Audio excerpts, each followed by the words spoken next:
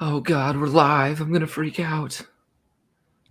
I always like though. It's like weird. I don't like having it up unless I have my Twitch on my other computer up, just to like make sure it's all good. Because I just still always have that fear in the back of my mind that we're gonna be doing it and not even have it like streaming or something. The irrational fear. Yeah. I mean, it's a solid like 7 viewers nonetheless. Shout out. Yeah, appreciate it. Well, I mean, that's live though. We get more like after, which is kind of ironic. Yeah, kind of weird, but we've gotten a few views now on our YouTube, I noticed. Oh, no shit. Yeah, I don't know how, but we did. Decent. All right, yep, we're live. All righty. All right, so I got to make sure Alex Pricer. Let's get it. All right. All right, so all right, welcome back, everybody, to another episode of the Going the Distance podcast. My name is Ryan Bonnell, and alongside me is Elijah Span. We have a great episode planned for today. We're going to be joined by two guests, Alex Pricer to talk about some NHL hockey, and then Jordan Williams is going to join on later in the episode to talk about some soccer and the new Uefa Conference League and things like that. But before we get into it, make sure you guys check us out on Twitch, YouTube, Twitter, all the social medias. You can find us at GTD_sports. And if you want to follow our personal accounts, I'm over at Ryan Bonnell 8. Elijah is at Elijah Spans. And last but not least, you guys can subscribe to the GTD Sports newsletter over on our website. And that will allow you to make sure you don't miss out on any podcast episodes and get email notifications on everything like that. It's been a pretty hectic week in sports. A lot of playoffs going on. We just had a huge, what's the word I'm looking for? I don't know, iconic moment, I guess you could say, in golf, like breakthrough. Phil Mickelson, oldest player to win a PGA tournament. Let's go ahead and start with that, Elijah. Yeah, I think he's the people's champion. I mean, honestly, like if you look back, and Phil's been around forever. He was Tiger's number one, rival, and he's been around for this long, and he's still just consistently been like the people's man. And you saw it on Sunday too, giving the thumbs up for Lefty, just constantly walking up, giving the thumbs up. He had the Cavs engaged. That's one of his big, taglines. Cavs engaged, hitting bombs. I mean, you saw it. I mean, Brooks Koepka is one of the more muscular guys on tour right now, and he hit a 350-yard bomb, and Phil just went up to him as a 50-year-old man and hit a 360 as soon as on the same tee as he did, like right after. And it was awesome. It was great to watch. I think I was really happy to watch it because I watched them all day on Sunday. As soon as like third hole on, I watched the ending. Yeah. I wasn't able to watch all of it, but I had to see the last part. On Sunday, I watched from probably like hole 3 to 18, and it was just because I felt like I had to, because this is definitely his last major. I mean, he's not going to get another one at this point. But the craziest thing too is that he hasn't even won.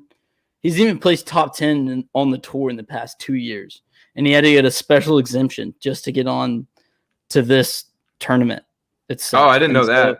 Yeah, so he had to like apply for a special exemption, but he's going to get it either way because he's won it before. So it's kind of like the same thing with the Masters. If you ever won the Masters before, you can always play the Masters every year.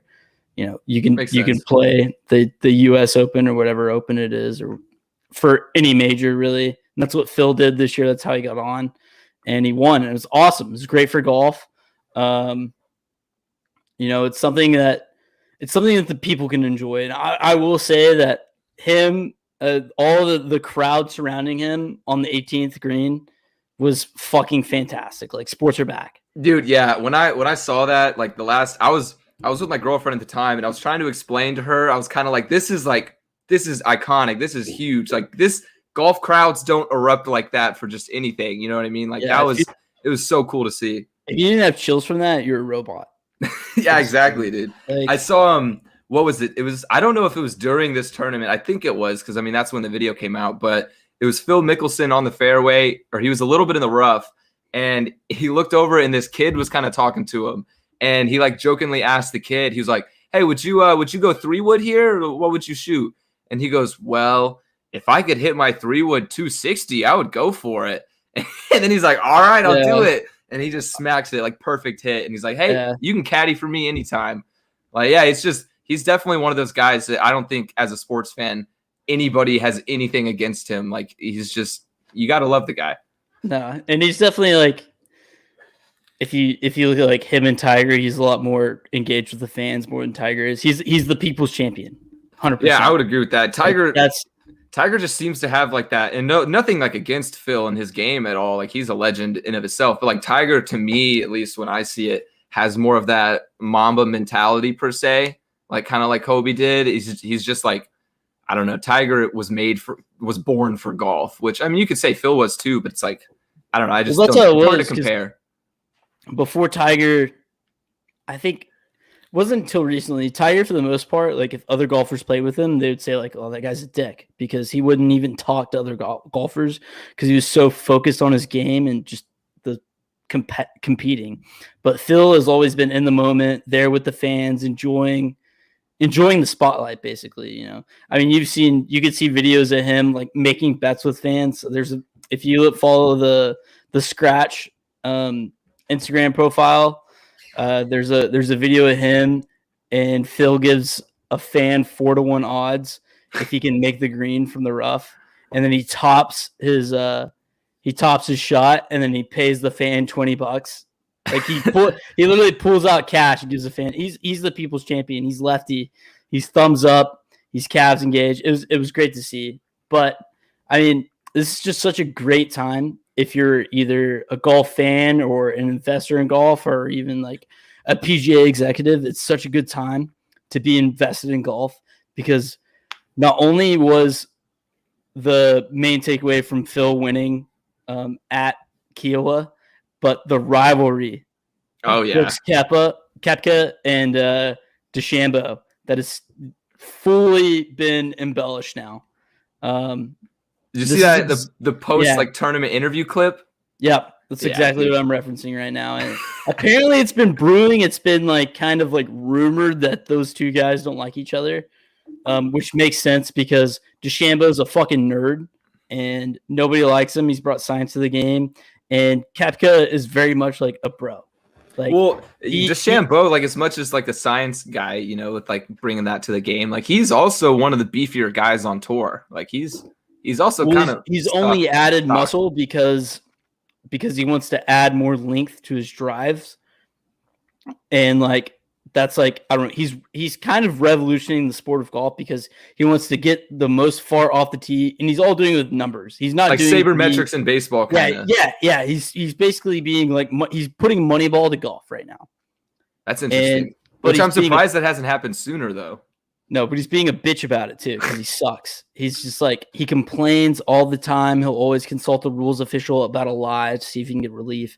I did see a clip of him. It was I don't know which tournament it was, but he hit the ball out. It was like literally towards the edge, like on the edge of the course, and like the rule instructor was basically telling him like you can't play this. It's going to be a stroke penalty. And then he's like, I want a second ruling.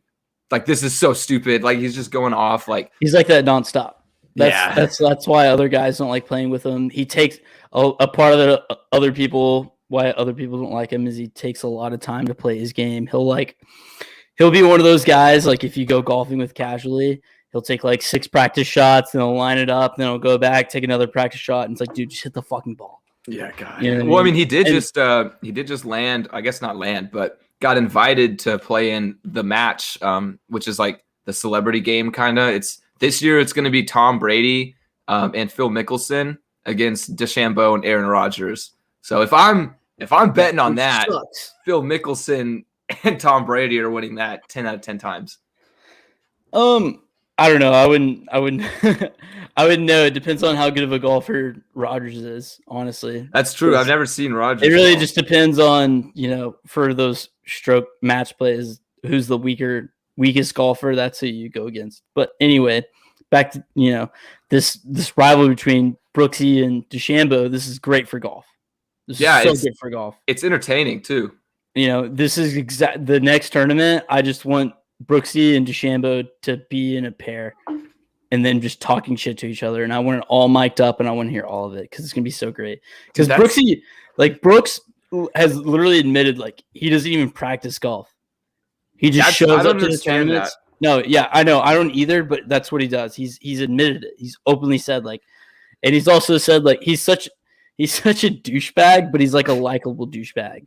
And DeChambeau's like an unlikable douchebag, if you know what I mean. Yeah. DeChambeau's like that dude where like he says something, it's like shut the fuck up. But Brooksy's that dude like that you kind of hate, but you also love to hate. I mean, in the limited amount that I've watched golf, Brooks is one of my favorite golfers. Like, just you can't help but love like, him. Yeah, it's just hard not to like him. But he's such a tool at the same time. But it works though. It works for him. It works for him. It's one of those guys where it works for him. So I'm 100%. I'm voting that this podcast is a Team Brooks podcast. Yeah, 100%. Over DeChambeau, because DeChambeau is he's a bitch.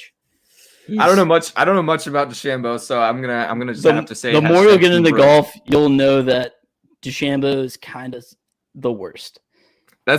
I will say also, I feel like this is such a good time because like these past couple months has really been like my first like introduction into golf, like trying to follow it and keep up with, who's winning all the tournaments and stuff. And it's been the same way for a lot of people too, because a lot of people got into golf over COVID. And I think this weekend has been really great for PGA in general because the Masters was kind of a boring Masters as a lot of people saw it, but I liked it. I don't know. I thought it was fun. I mean, it was good. It was good. But in terms of overall, like Masters in general was kind of a boring Masters. And then this US Open was fucking sick. I mean, Phil won. And then now we have the birth of golf's next great rivalry on our heels now. Like, it's such a great time to get into golf. And I'm really excited for the future. Has there ever been a rivalry, like a true, like, hate each other kind of rivalry in golf in history? Yeah, I mean, Phil and Tiger really hated each other for a minute there, but now they're like really good friends. Buddy, yeah. I think I don't know. If you look at any era in golf, there's going to be another guy who they're rivals with, the number one and the number two. Makes sense. Well, yeah, because like it makes sense for like Phil and Tiger because they were probably like the best of the best at the time. But for like Brooks and Bryson, I don't know. It's interesting because I wouldn't really consider them like the pinnacle of the PGA right now, They're not, but they're two premier guys that hate each other. They are big name guys for sure. So that's kind of, it's kind of the point. And I really like it. And I hope to God, because they're both guys that are going to compete for every major too, is the number one thing to look out for. So if the next major, they're the final two pairing, you bet your ass that the ratings are going to be through the roof. That's what I was thinking. I was like, dude, imagine it being like Sunday. They're the top two guys, just those two battling out. That's what I would want to see. They need to set that up somehow. That's just what anyone wants to see. I'm going to write a blog post about it soon. I thought I was going to get to it today, but that reminds me. I wrote that one about like the top 5 sports video game characters. I need to get that posted. Yeah, we can talk about that at the end of the show too. Oh yeah, there's so many video game characters. It's hard to get into. But anyway, moving on now. Other than some golf drama, NHL playoffs have been going on. It's so far been really fun, entertaining to watch. I am not the biggest hockey guy in the world, but I will say Stanley Cup playoffs is when I come in to shine. I just love watching playoff hockey. It's like, I know you can always say playoff hockey is better. I mean, playoff sports are better than the regular season, but for me, I don't know why hockey is just electric in the playoffs. But we're going to take a little quick 10-second break, and when we come back, we'll be joined by Alex Pricer, who you may recognize from some of our blogs on the website. She is our resident NHL expert, you could say. And yeah, we're just going to be back in just a second.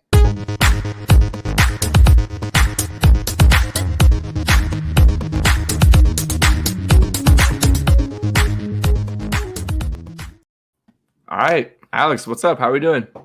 Good. How are you guys? Pretty good. Every time I do that video, that little transition, it's just hard for me not to like bob my head with that song. Yeah, it is a bop. Good work, guys. That was awesome.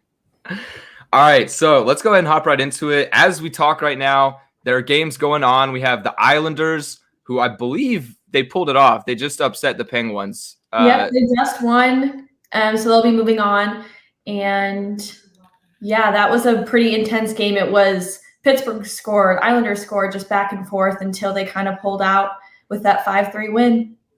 Yeah, it did 5-3. That's Oh, that's awesome. I don't know why, but the Islanders for me, like, I mean, gambling wise, they're always been one of my favorite teams to bet because they seem to be just like super defensive, like one of the better defensive teams in the league, but then they just pop off for 5 goals like randomly. So I don't know. But other than the Islanders, also Tampa Bay right now is looking to close out the Panthers. Last time I checked, that score was 1-0. Lightning was up. But is that still what it is? Yes, we are halfway through the second right now, and I'm really hoping that the Panthers can get on the board and make it a tie series to go to Game 7 because I'm not the biggest Lightning fan, so I really want the Panthers and head coach Joel Quenneville to get a little bit of a playoff run here for sure.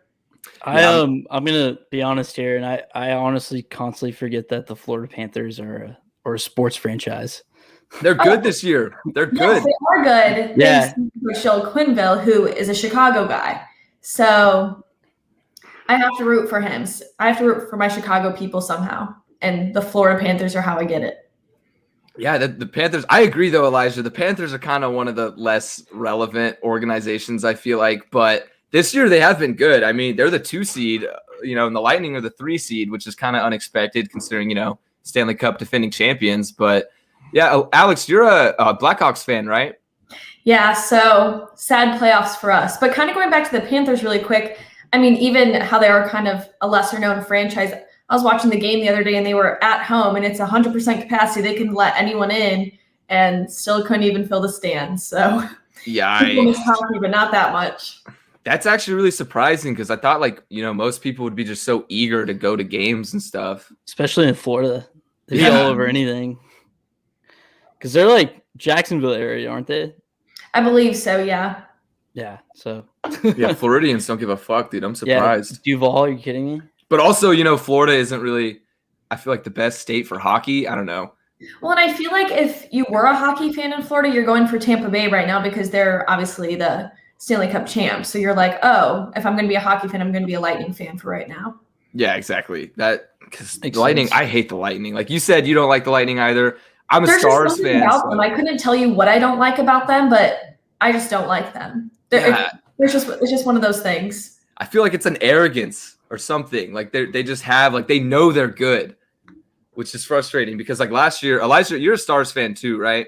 I mean, like, pretty much, yeah. If I had to put, I don't really keep up with hockey just because I'm from Texas and, I didn't grow up with the sport, but if I had to pick a favorite team, it'd definitely be the Stars.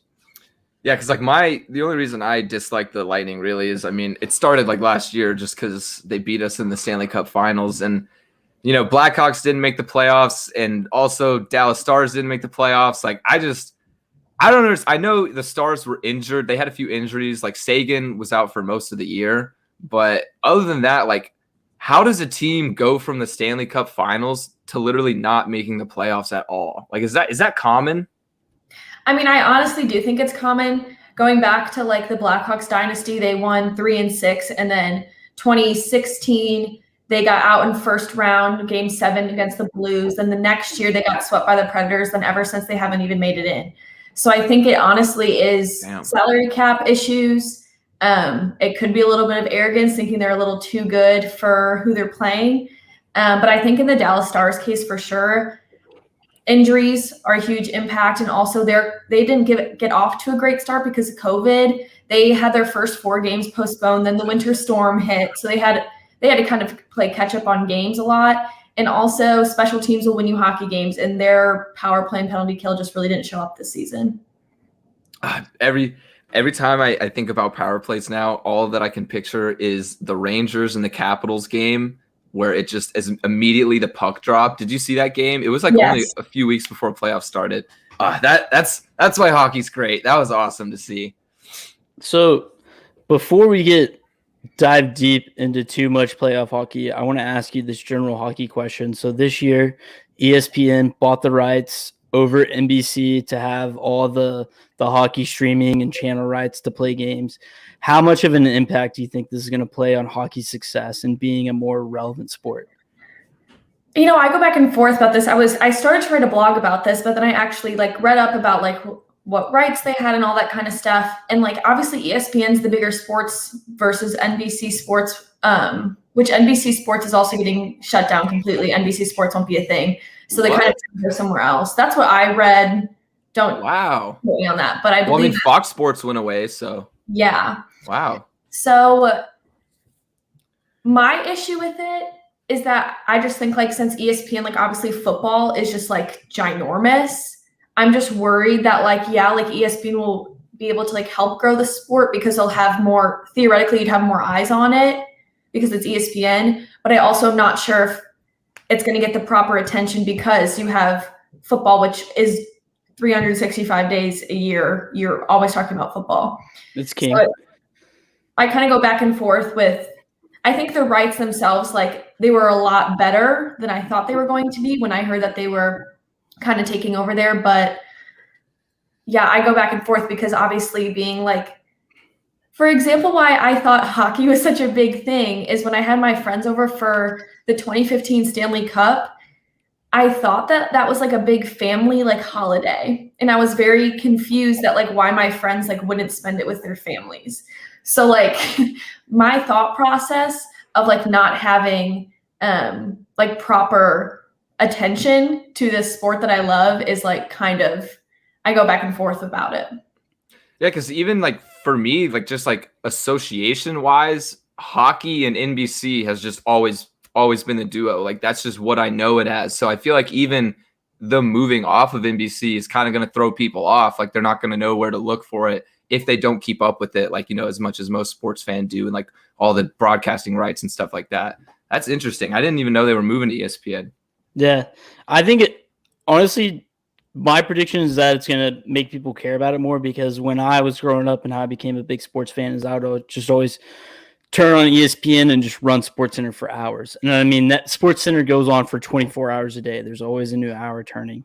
And yeah, you're right. Football is king. It's always going to be king, but there's always going to be parts where they focus on other sports. And when I was growing up in high school and all that, when I was really paying attention to ESPN, the time they spent the hockey was really minimal and it'd really only be for playoffs. And that was it.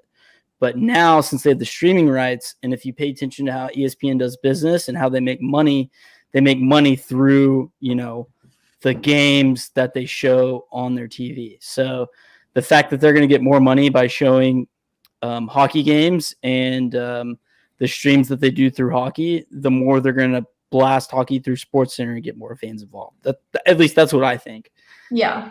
And especially if they like utilize ESPN Plus, because like, you know, it's a bitch having to pay $4.99 a month, but at the same time, sometimes there's only one or two games on national television at a time.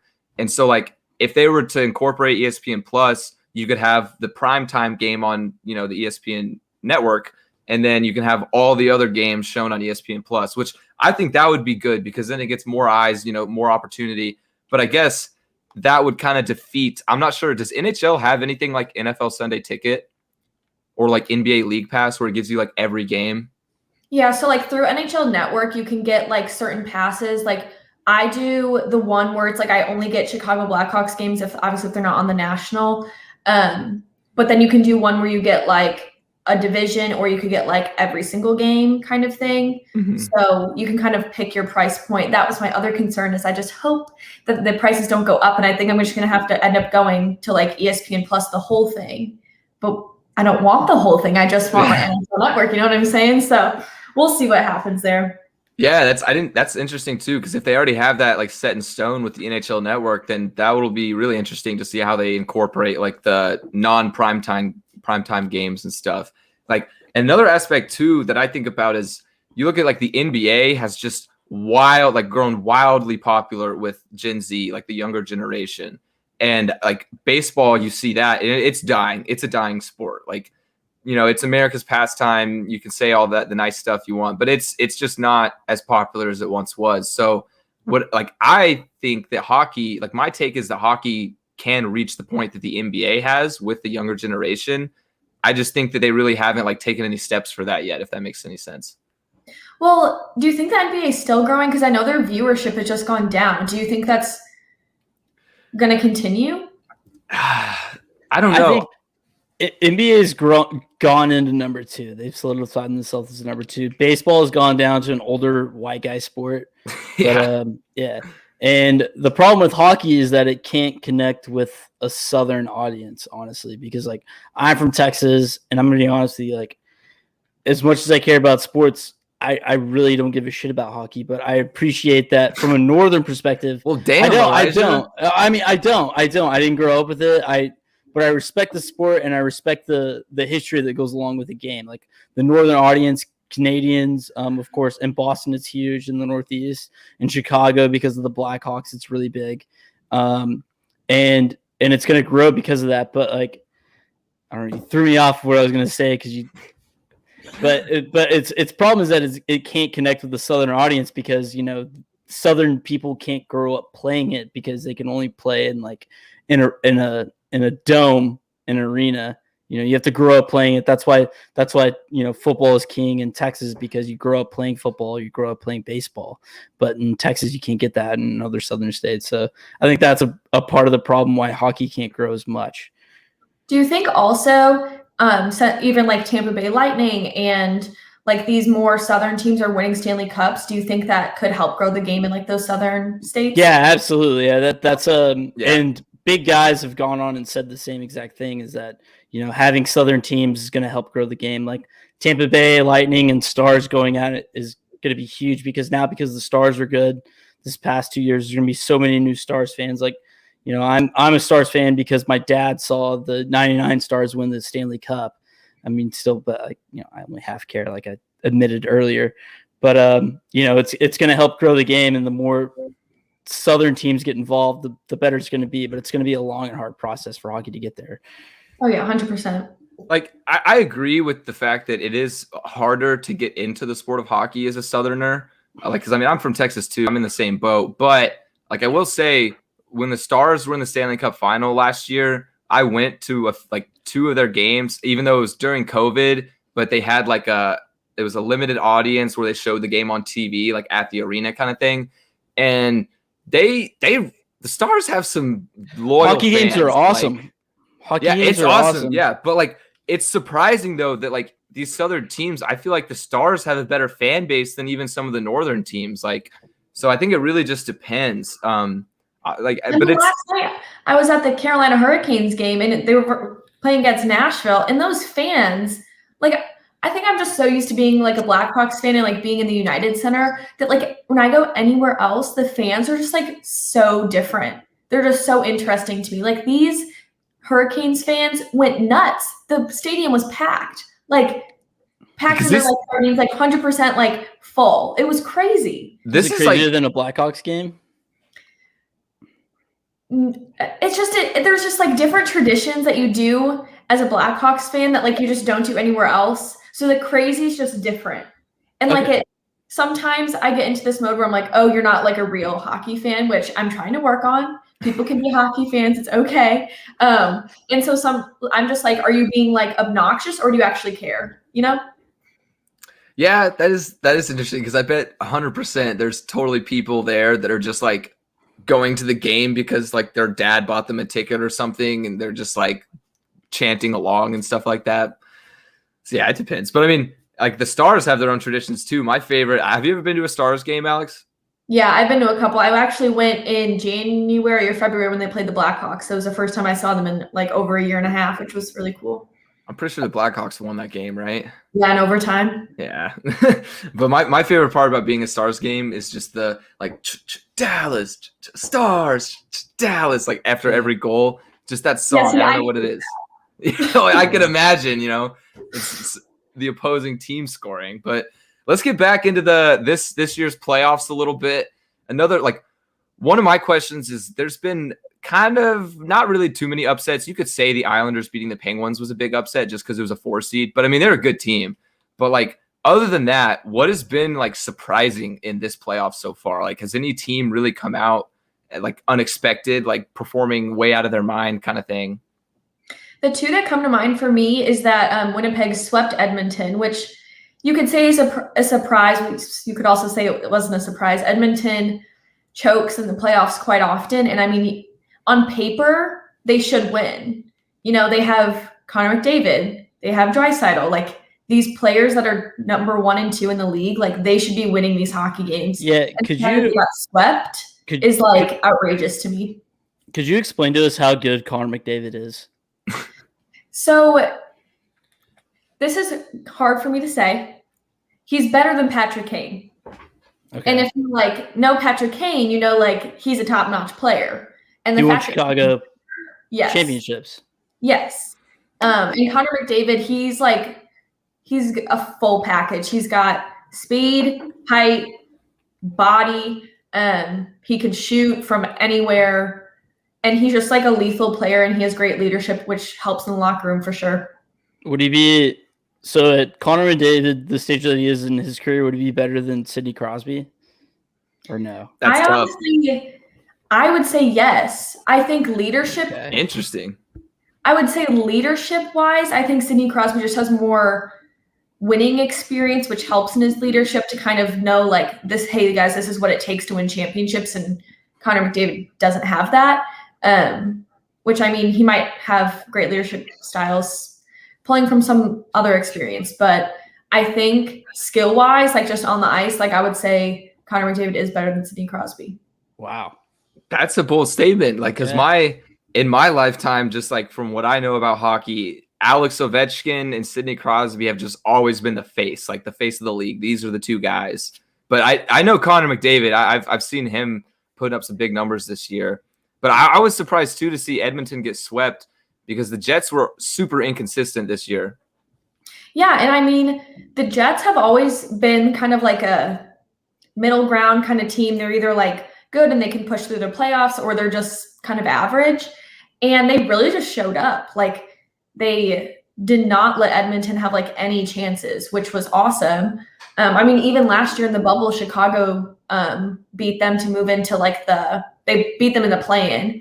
So it's just it's just weird how inconsistent they are, especially when it comes to those. Because again, on paper, they should be beating Winnipeg.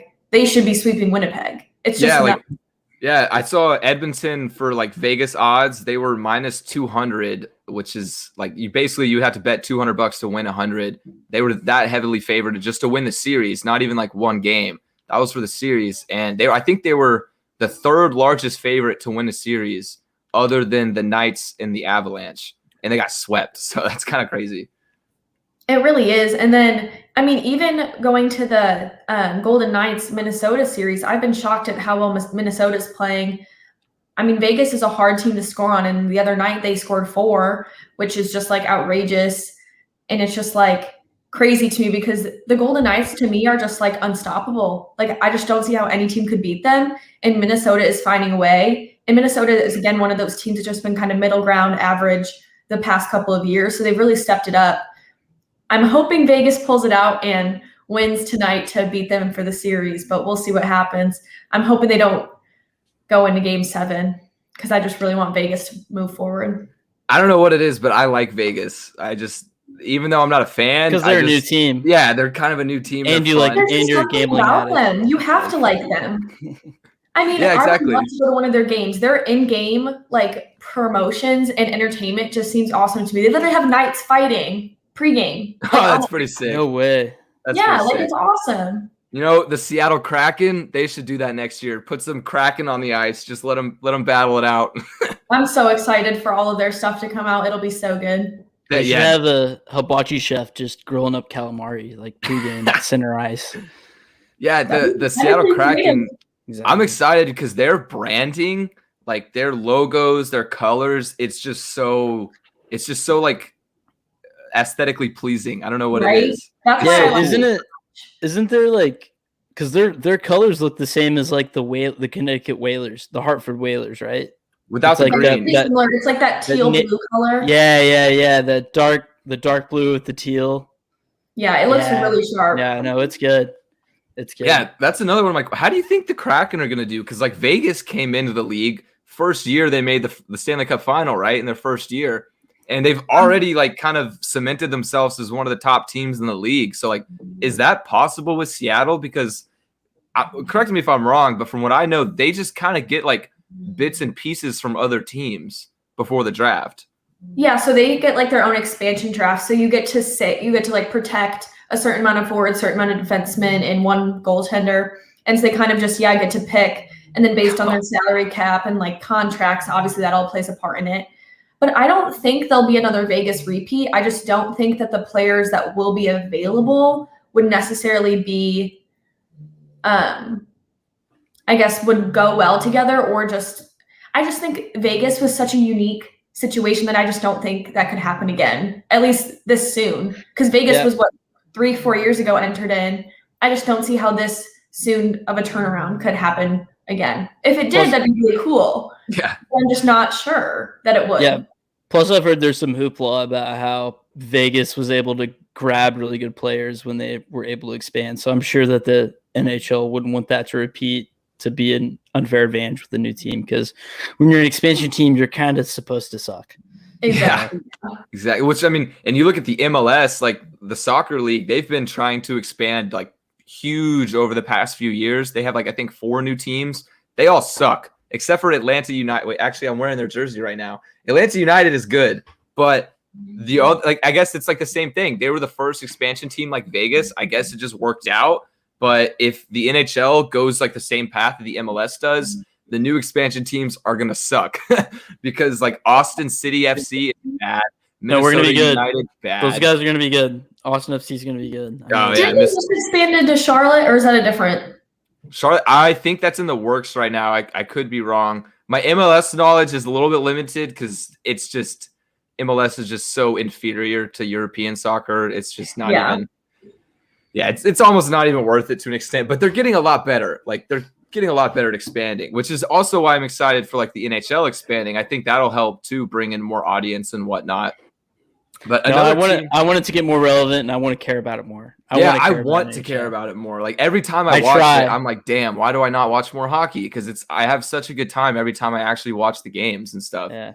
But another big team I wanted to bring up is like the Knights have been pretty dominant. I think they'll win tonight. They should. I'm surprised they didn't win in like 5. But is the Colorado Avalanche. They are absolutely wrecking everything, everybody. I haven't seen a team score that many goals consistently in like my entire life, I don't think. Because I swear every time I always go through the scores at the end of the day, and like I always see Avalanche 6, 7, or 8 goals. It's like, Jesus. It doesn't even make sense. Yeah, Colorado is kind of my favorite to win the Stanley Cup this year. I think they've been up in like at least top 10 the past couple of years, but they just haven't been able to get it done. But I just think this year's got to be their year. They have an old Chicago Blackhawks player, Brandon Saad, and he's just really been able to like flourish there, which is awesome for him. He scored a couple goals, and he's won 2 Stanley Cups, so he's got the experience and that kind of leadership behind him as well. But yeah, Colorado's, I just want them to take it home. I don't know what it is about their team this year, but they're lethal for sure. Yeah, they're dangerous because, I mean, who did they sweep? It was the St. Louis, yeah, which also, as a Stars fan, double middle fingers to the Blues. Yeah, I can't stand the Blues either. I'm with you. Yeah, I think the majority of the NHL can't stand the Blues other than people from St. Louis. And the people who are from St. Louis and who are Blues fans are the most obnoxious. Yes, it's so obnoxious. Oh, my God. There's a few guys in my fraternity that are from St. Louis, and I just can't stand it every time hockey's brought up. It's like, dude, you're sure you can have your opinion, have your team, but fuck your opinion at the same time. Like, it's just, I don't want to hear it. But do you know anything about the Avalanche's owner? I do not. Do you? So yeah, this is kind of, yeah, it's just, I was just wondering because sore like subject for the podcast. It's Stan Kroenke. We can leave it there. He's an American business mogul worth like $9 billion. He owns the Avalanche, not the Broncos, the Denver Nuggets. He owns Arsenal, and there's one other team, the Rams. Yeah, the Rams. So he owns a bunch of stuff, and I was just wondering because like he's been absolutely toxic in soccer. So I just didn't know if there had been anything in the NHL with him being like a terrible owner for the Avalanche. Because yeah, we don't even have to get into it. I shouldn't have brought it up, but in soccer, he just can't help himself. I can't help myself. I hate Stan Kroenke because he owns my favorite team. But anyway, Avalanche are good. Good for him, I guess. All right, before we let you go, Alex, we want to get your pick for the NHL playoffs, Stanley Cup winner, and what the series is going to go to. I think this is tough. I know I want Colorado to be in the final for sure. And I think it's going to be Carolina. just like looking at who's gonna, I think it's gonna be another southern team.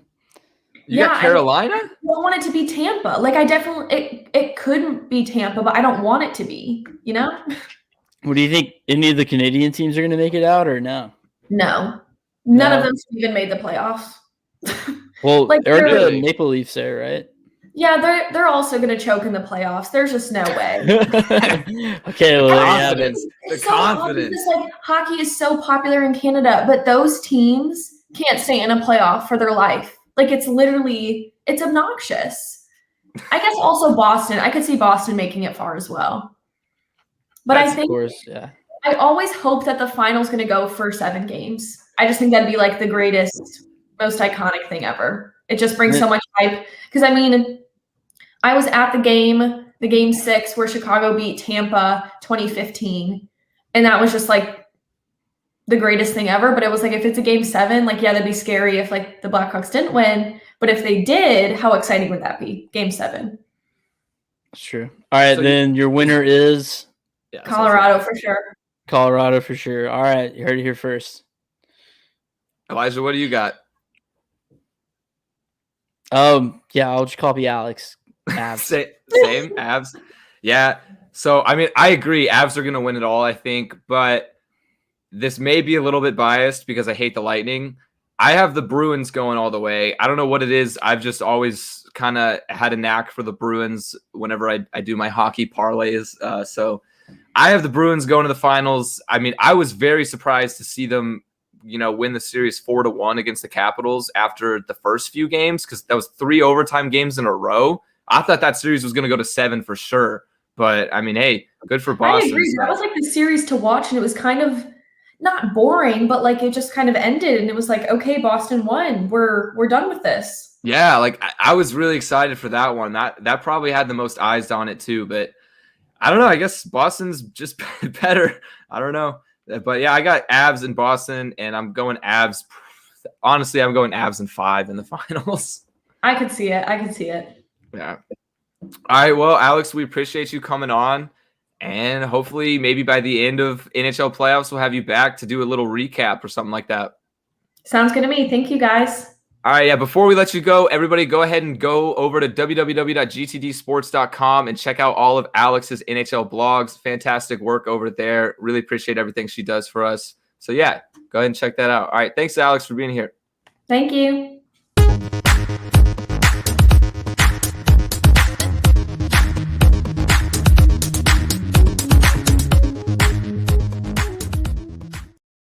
All right. I'm so glad that we have a resident hockey expert. Dude, right? Like, because I mean, I feel like I hold my own a little bit, but like, I mean, if you were to do it, like, it would just be mostly talking out her ass, but she actually knows what she's talking about. Yeah, exactly. Like, it would just be talking out of her ass. That's nice to have. And she writes for the blog. She writes for the website a lot.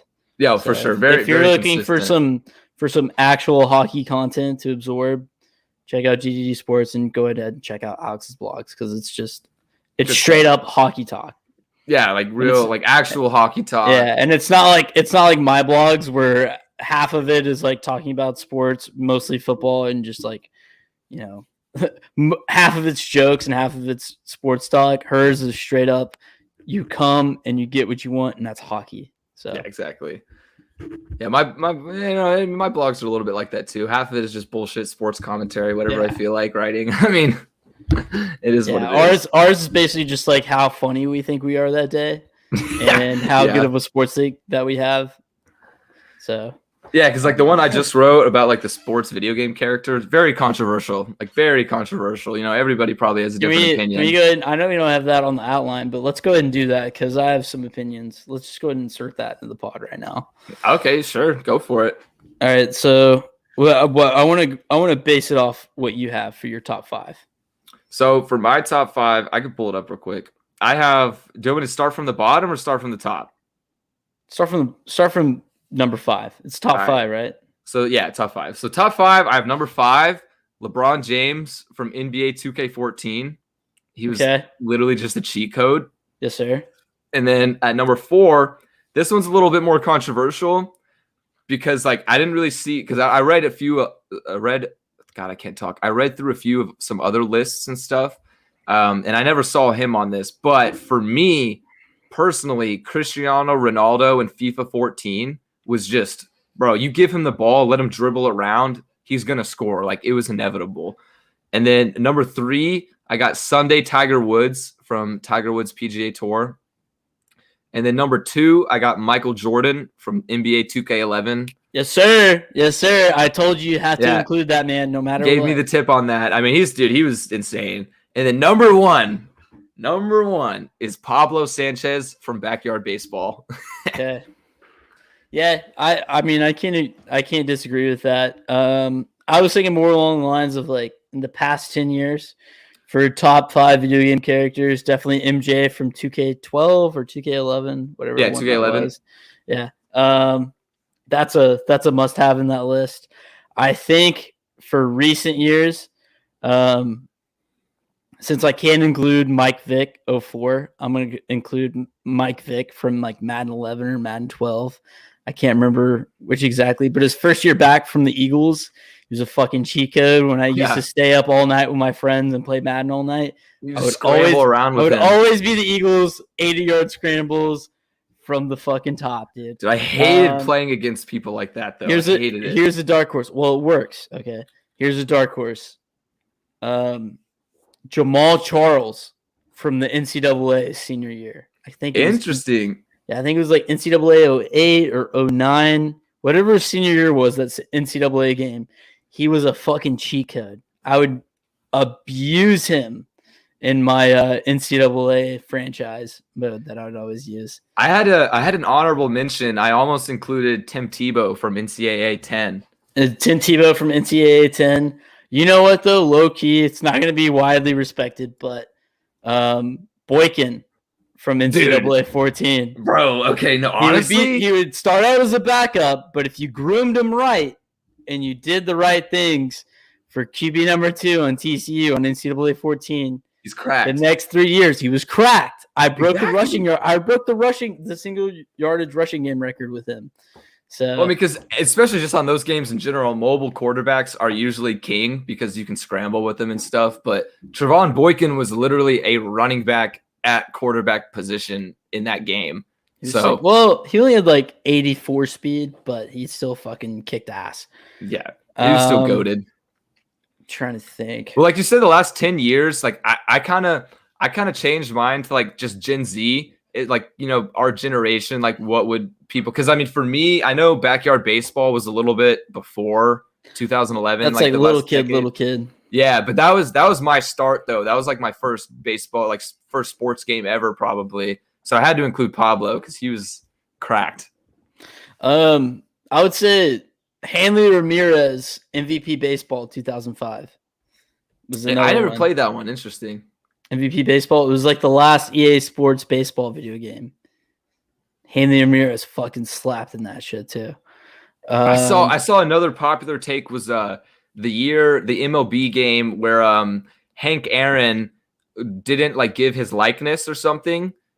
He refused to sign the contract to give his likeness in the game. So they literally inserted this character named John Dowd into the game, who was just a randomly generated name, but he was the best player in the game because it was supposed to be Hank Aaron. So like a bunch of people were saying John Dowd is like one of the greatest ever. Oh, really? Yeah, but I never had experience with him. I'm going to give a recent GOAT to Madden 20 and Madden 21 Lamar Jackson as well.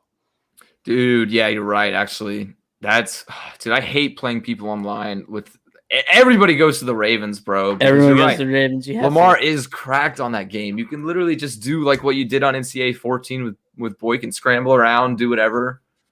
He's like the modern Michael Vick of Madden.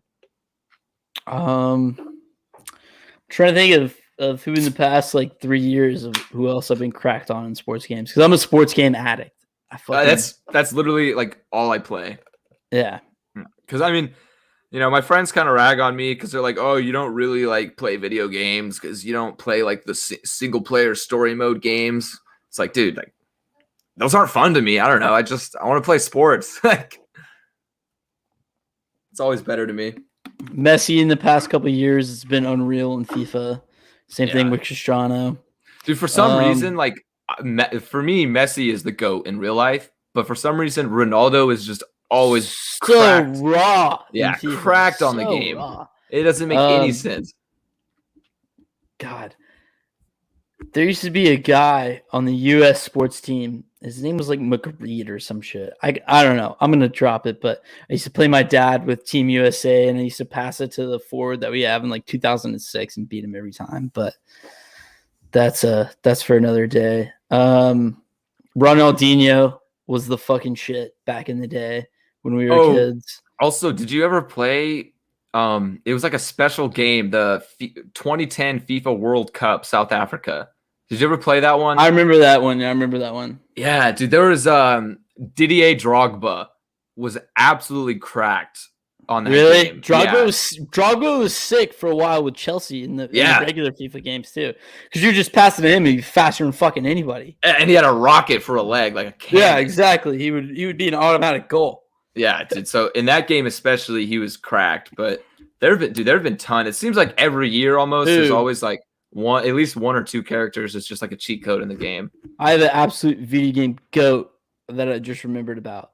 Is Jeremy Shockey on NFL Street. NFL Street 2, Jeremy Shockey. Fucking unreal. Do you remember? I know who Jeremy Shockey is. No, I was gonna say I know Jeremy Shockey is, but I never really played NFL Street. You never played NFL Street? Oh my god, dude! I wish I did. I'm about to go on fucking eBay or OfferUp or whatever I can get to get a PS2 and NFL Street, because those games were the shit, dude. It'd be like some PS2 games go for a lot. Yeah, they'd be like 3-on-3 football games, and it'd be like, I don't know, it'd be like an arcade video game, but it'd be so sick. And if you got Jeremy Shockey, it'd be like automatic deep throw touchdown every time. I would stay up to like 2 or 3 a.m. with my friends playing that game. Dude, sometimes playing the old games though is like more fun, because I didn't ever really play NFL Street, but my like first football game I grinded was NFL 2K5. Whenever Terrell Owens and Donovan McNabb were like an absolute unstoppable unit on the field. Like, just play with the Eagles every time, you're gonna win. No, older sports games were better. And they even hold up, because I remember over this past summer, like the COVID summer, my roommate had a Wii, and one of my friends found his Mario baseball game, and we Super Slug. Is it the Super Slugger one? Sluggers, Mario Super Sluggers. Bro, and that game grinded that shit. That game holds a special place in my heart. I love that game. Sports games just unfortunately aren't as good as they used to be, but I do hold. I have very special hopes for the Mario Golf game that's about to come out next month. Oh, before we move on from video games, last thing. Before we started recording, you said you're retired from MLB The Show 21. What's up with that? So I had a friend come into town, and I took the weekend off, and I didn't play for a while. And the show is very infuriating when you play online, and it pisses you off. You know this very well. Yep. And I played a game Sunday after, everybody left, and I got all my shit done, had a very eventful weekend, and it fucking sucks. It sucks. It's the worst. It pisses me off. It makes me, it actually gives me anger. Like, I feel, I'm not an angry person, but I get mad, But that game gives me anger. It gives me, like, I feel hatred. And it's like heart. A lot of times when I get so goddamn mad, like I want to punch a hole through my wall, and that's not healthy. So I'm retiring for my fucking health. Dude, I understand that. It is infuriating, and it's almost like I don't even get mad at the game. I get mad at myself, because it's like, God damn it. Because you're like, you see it and you're like, all right, don't swing in the change up in the dirt. Don't swing at the curveball in the dirt. You see it and you go, swing, fucking strike 3, you're out. You just watch your guy run to first base for the third strikeout in the road, and the catcher just bitches you because it's a fucking strikeout in the dirt. And you just want to punch a hole in your goddamn monitor. And I can't take that anymore. I can't do it. I can't. Dude, I just can't. But when you win, it's the best feeling ever. And when you have like a good game with like 10 hits, dude, last night I was in kind of a duel. I was playing this guy. It was a low scoring game. I was down 2-1, and I tied it up in the top of the ninth. So I was hyped. I was like, all right, I got the momentum. Let's go. And then bottom of the ninth comes around. I get a double play. I'm like, let's fucking go, baby. One more out. 2 strikes, 2 outs, and I give up a walk-off home run. I was so mad, but whatever. If you haven't played MLB The Show yet, everybody should go play that and experience the rage for themselves. But all right, let's move on now from some video game talk. We're going to be joined now by another guest. We got 2 guests in one episode. We got Jordan Williams coming on. It makes my heart sad to say this, but he is a massive Tottenham Hotspur fan. If anybody knows the rivalry between Arsenal and Tottenham, that's all you really need to know. But he's one of my good friends, very knowledgeable about soccer. So when we come back, we will be joined by Jordan Williams.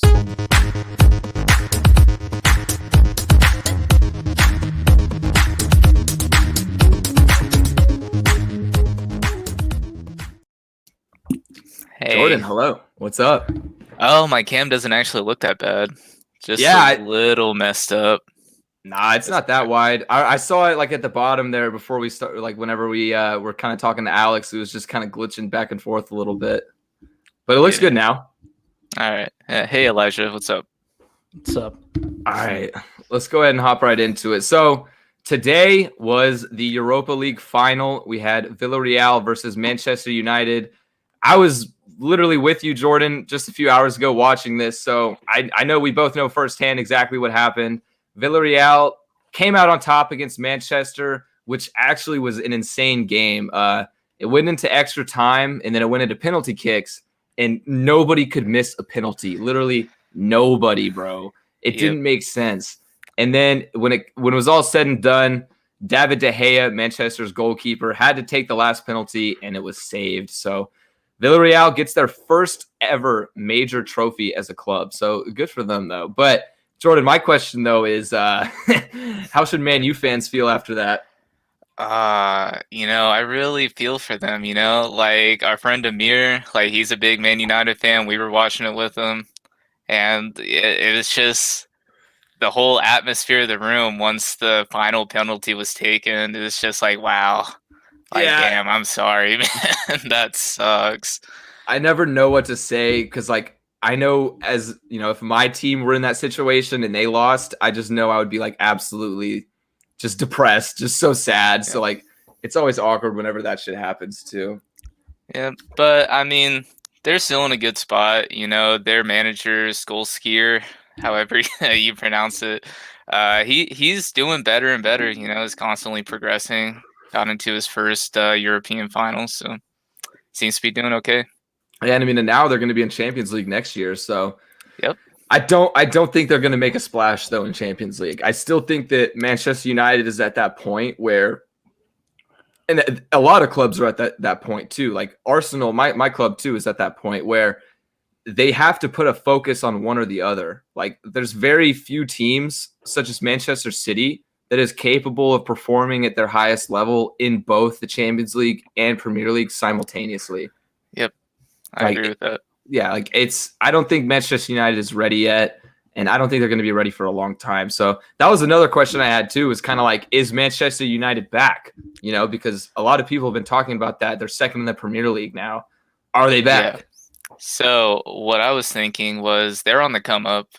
They got the last time they did this good was whenever they had Jose Mourinho as their manager back in 2016, or I think 2017, at least in the Premier League. And I honestly think they're on the come up, and if they can do good in the Premier League, it just depends on if Man City and mostly if Man City can keep up their dominance, which they most likely can, because they got the money, but also if Liverpool can, come back from their horrible season that they had. Yeah, that'll be interesting to see, too, how Liverpool plays as well. Yeah, but as for Champions League, I mean, who really knows? It really just depends on, the manager, what he wants to prefer or place his priority in. Yeah, because I think that's, soccer is really the only sport where, backups have a purpose in that sense. teams will always use their backup goalkeeper in club or like in like tournaments and stuff, which is, I don't know, that's just kind of been interesting to me. But you brought up a good point. Like Champions League is always, you know, an unknown. You never really know. Because like just like Chelsea this year, I think a huge part of it is matchups. Like Chelsea had such an easy path to the final compared to Man City. And it's ridiculous, which that's another thing. Next week, you know, Europa League final already took place, but next week on this Saturday, actually, May 29th, is Chelsea versus Man City in the Champions League final, which it saddens my heart to say this, but Arsenal broke the chain. We almost had a fully Premier League European final. It would have been, if Arsenal had just won, it would have been Man U versus Arsenal and Chelsea versus Man City in both of the European finals, which is like, that's huge because the Premier League has never really been regarded as the top league. It's always La Liga or probably La Liga would be the top league. Yeah, it's funny how like no Premier League team is really considered like on top. Like it's always like Real Madrid, Barcelona, Bayern Munich, but like we're always like really like in it, you know? Like go back 2 years ago, like it was the same situation, 2 Premier League teams in Europa, 2 Premier League teams in Champions League. And it's just like, well, I mean, maybe like Premier League is just more dominant in general. We just don't have the, you know, we don't get the respect. Yeah. It's more of a conglomerate of really good teams rather than just like, you know, one top team in the league. Yeah, because like just in general, the Premier League is way more entertaining in the sense that like any team can beat any team, whereas in say La Liga, where there's Barcelona and Real Madrid, it's always Barcelona and Real Madrid, like always, and then the rest. And same thing with like Ligue 1, it's always PSG and then the rest. And then in Bundesliga with Bayern Munich. So it's like, I think that's partially why the Premier League doesn't get the respect they deserve. It's just because they have multiple good teams, kind of. But I don't know. Yeah, of course. What's your prediction though for the Champions League final? You know, that one's hard because you don't want I was about to say you don't want the new money team to win, the oil money team, but I mean they're both new money teams. Like Chelsea, which is just slightly older money than Man City, but you know, it's just one of those things. Like I think I just have to go with Man City just because Chelsea is just a rival. Like I really don't think I could deal with Chelsea fans having a fucking Champions League trophy. Well, another one at least. I couldn't imagine that, dude. It's like you said, the money thing. Sure, you don't want like the plastics and Man City to win, but I feel like Man City is like the least hated team. Like, you know, like nobody really has a major rivalry with them other than Manchester United. But Elijah, I know you're not the biggest soccer fan, but for Champions League, you got to have a prediction. Like Chelsea, Man City, who you got? Real Madrid. Real Madrid's gonna win it. They're gonna do it. Yeah, Ronaldo. That's what I got. I'm sticking to it. Nice. Okay. Well, I mean, I guess Chelsea beat Real Madrid in the semifinals. So Chelsea. With that logic, you're picking Chelsea. Yeah. Lampard. Hey, you got that right. Lampard is. Well, actually, no. Lampard was pretty bad for Chelsea. They brought in a new manager since Lampard. Yeah, he got sacked. Yeah, Lampard. Didn't he just get that invincible season though with Rangers? That's that true. Someone else? Yeah, I think it was him with Rangers because I know the Rangers win invincible.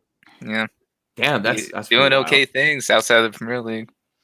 Yeah, outside of the Premier League, that's some relevant. Yeah, exactly. Some people just have a knack for it, though. Like you look at today, the Europa League final was, you know, Villarreal, Manchester United, but Villarreal's manager Unai Emery, I saw it was at the beginning of the broadcast. I heard this stat, absolutely insane. Unai Emery has been to 5 different Europa League finals in the last 8 seasons with 3 different teams. Sevilla, Arsenal, and Villarreal. Like he's literally just Mr. Europa League. Like that's all he does. He just wins Europa Leagues and he can't do anything else. I don't understand. Yep. I don't get it either. Like 3 different teams. Yeah, and on top of that, like one team, he won 3 years in a row, right? Like, Yeah, with Sevilla. Yeah. It's ridiculous. I don't get it. It don't make sense. Like, 'cause how can you win the Europa League 3 times in a row, but then not be good enough to fucking like stay in the Champions League? You know what I mean? Yeah. It doesn't make sense. I don't get it. But anyway, my prediction though for the Champions League final, I think Man City should.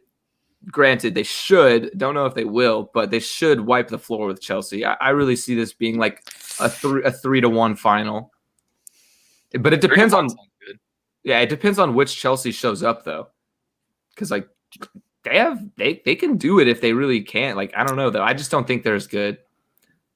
Man City has the depth. Cause Chelsea shows up. Like I don't know what causes it.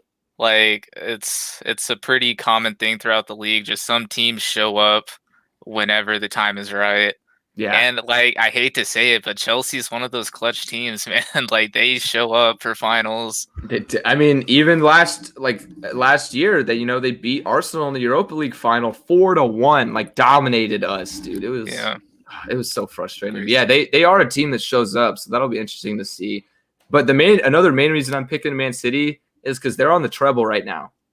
Like if they win Champions League, they win the treble. Which Elijah, do you know what the treble is? Explain it to me.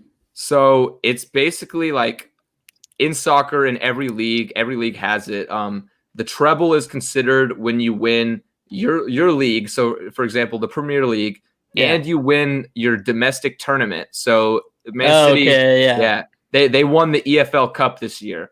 And then on top of that, you win the Champions League. So like they beat Tottenham, Jordan. There's like isn't there like the Europa Cup and then like the what else is there? The second, because I know like your own countries, but then how many second divisions are there for that? Because there's like the Europa Cup and then like what does the Spanish league have that's like different? The FA. That FA is English, but Spanish is Copa del Rey.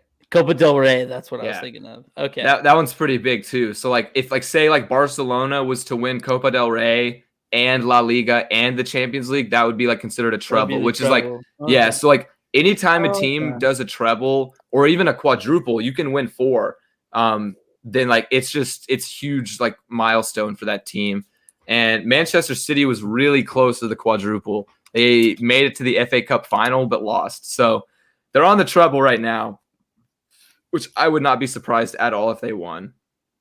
But yeah, otherwise let's move on now from the Champions League and just talk about all the stuff in the Premier League specifically that's been going on with like the fans. Like we've talked about a little bit before, Elijah, with like the riots and stuff. Yeah, we're keeping up with it, all the drama. Yeah, like what the fuck is going on, dude? Like I just don't understand. There more? There has been. Manchester United fans, they did it again. Yeah. They did it again. Britney Spears. Again. Exactly.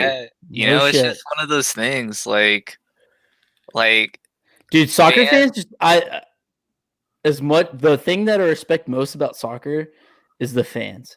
They just don't give a fuck, dude. That's true. They are about their team. They're not even about the owner or the franchise or anything. They're about the history of their team and what it is now. And they don't give a fuck about anything else. Yeah, and that's you're so right. sick. They're so sick. They're all about the history. And like the biggest thing is soccer in England rose out of like, the working class. Like it's always been a working class game. Oh yeah. Yeah, for sure. Yeah. For sure. So like it's like fans of like bigger teams have always been willing to see their team fall further and further into like the grip of like money, like money controls, like like owners just want to make the most amount of money they can once they come into the ownership of a team. So they've been willing to like go along with it as long as their team wins. But I think the problem with Man United fans is they see their team falling further into the grip of like greedy, owners, and they just don't see the results that goes along with like, having such a big like team. Yeah, Because Manchester United is widely considered as the biggest club in the world. Like some people would say it is number one, like in terms of worldwide. And yeah, you're right. Like they haven't won a trophy in 4 years, which for some teams wouldn't be that bad. But for Manchester United, if you don't win a trophy in 4 years, something's wrong. You know, like they have the money, they have the talent every year. So it's like it's now becoming, like you said, like the owners are just not producing the results that the fans want to see. So yeah. The fans know what the owners want. Like the owners go into the business like trying to maximize profits, and every so often you come across like really shitty owners like the Glazer family who want to maximize profits without giving like a shit about what the fucking fans want, you know? Like they could give a single fuck about what some little kid like in some Manchester council home wants from their team. Like all they're worried about is like t-shirt sales and like making sure the team like scrapes into the Champions League. Like Exactly. It's frustrating. I completely see where the fans are coming from. And like I wouldn't say I'd necessarily take it to the lengths that some fans have, but like you can't you can't really just like dog on them whenever it's just like wow, like they're angry and like all they did was just like bum rush their stadium. Well, from what I've heard, that the owners are Americanizing the sport and they're bringing like capitalism to the sports world for the first time in Europe. 100%, yeah. 100%. Europeans aren't happy. Like us, we're used to it. Like we're pretty accustomed to it. But over there, it's a completely new thing, and they're not okay with it. And I'm 100% on board with them. You know, going ape shit over that. Yeah. Well, yeah. Could you imagine like what would happen in America if we did this? You know what I mean? Like, what if the Cowboys fans just all of a sudden started boycotting Jerry Jones? Like, well, it's never going to happen because he's a goddamn businessman and he makes fucking money. Okay, so, I mean, I know, but I'm just saying, like, what that's the difference. Well, in America, we respect the aspect of business a lot more, and we take out, all the other stuff about it, like, because that's why we've been able to put up for Jerry Jones so much, because we respect of how much a businessman he is. But in Europe, that same shit that they're trying to do of the businessman aspect of the sport that those American owners are trying to bring into, we don't respect it. They don't respect it as much as Americans have. So if that makes any sense. I completely get where you're coming from, because like I said earlier, like over there, like soccer is completely like from working class background, while here, like football, like Cowboys, like it just comes from like the NFL already came from millionaire owners, so it's just how we know the sport. And but yeah, like in regards to how like Cowboys fans would react to I just don't think like anything like that would happen in America, just because of the roots of the sport, just because we don't have the same expectations. And like say like it's Jerry different. Jones. It's different over there in soccer. They have a different, because it's not to say that American sports fans are not as passionate in any way, shape, or form, but soccer fans bring a new meaning of passionate. Yeah, definitely to their sport. Definitely, because it's personal. It's very, very personal. Because it not only is it just like, something they've identified with their whole life, like something that we can relate to, but it's also just deeply, deeply rooted within their community. And it's that's entrenched. Yeah, definitely. It's everything there.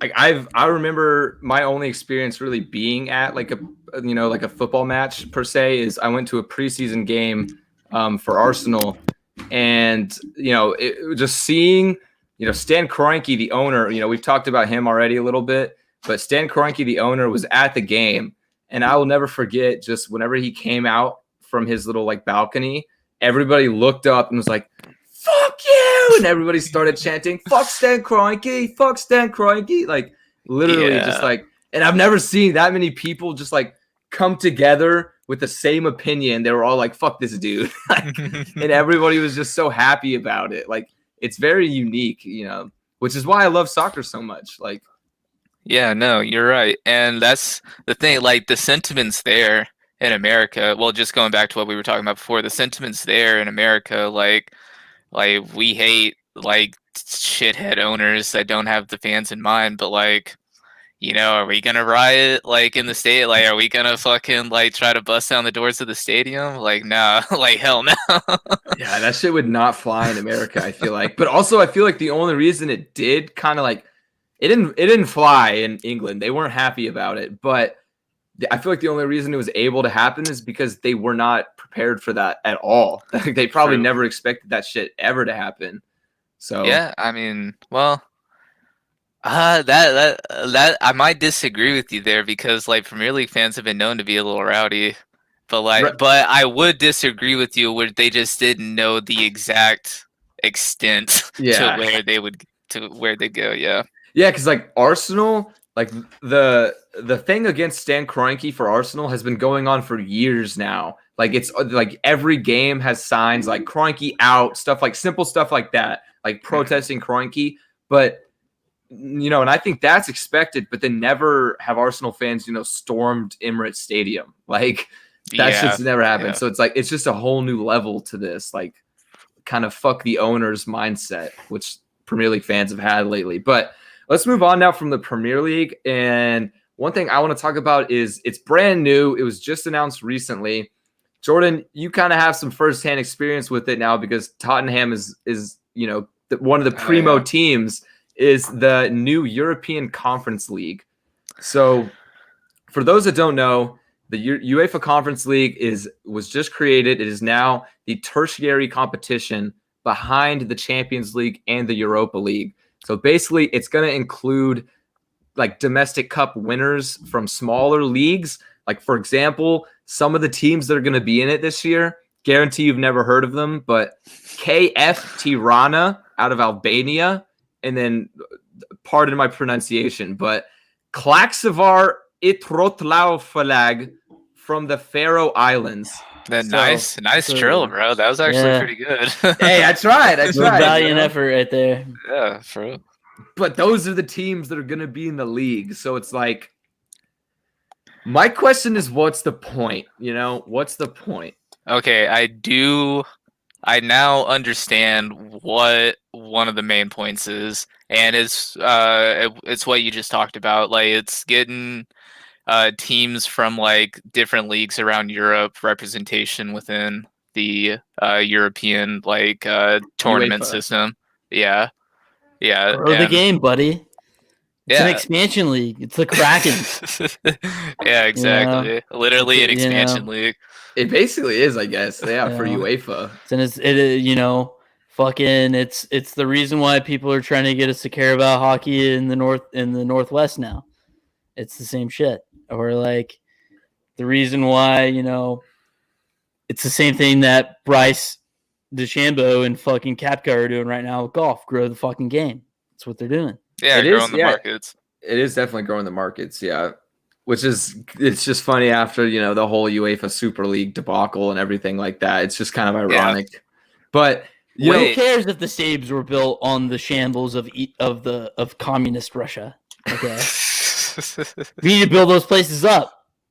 No, like dead ass though. There's like probably fucking Albania's got some things that do. Okay, they got a voice and they got something to say, and that they want to go 3-2 on the other Eastern Europe team. You're not wrong, dude. Like you're like for real. We do need to like uplift these like small leagues that like don't really get a lot of representation.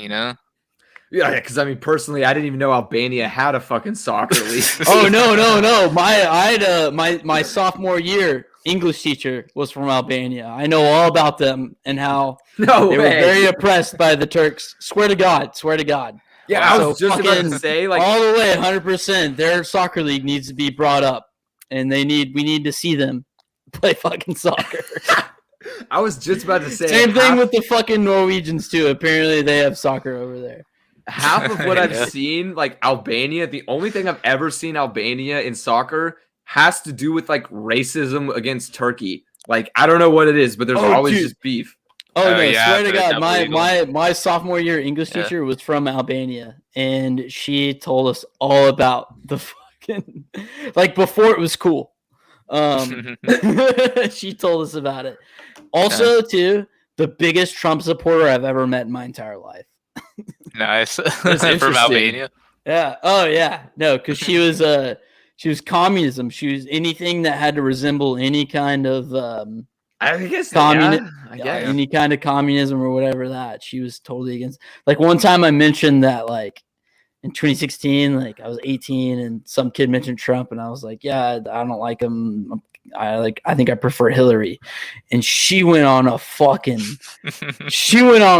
rant like you've never seen any high school English teacher before go against Trump and how Hillary has been doing back deals with FBI and Air Force One with Bill.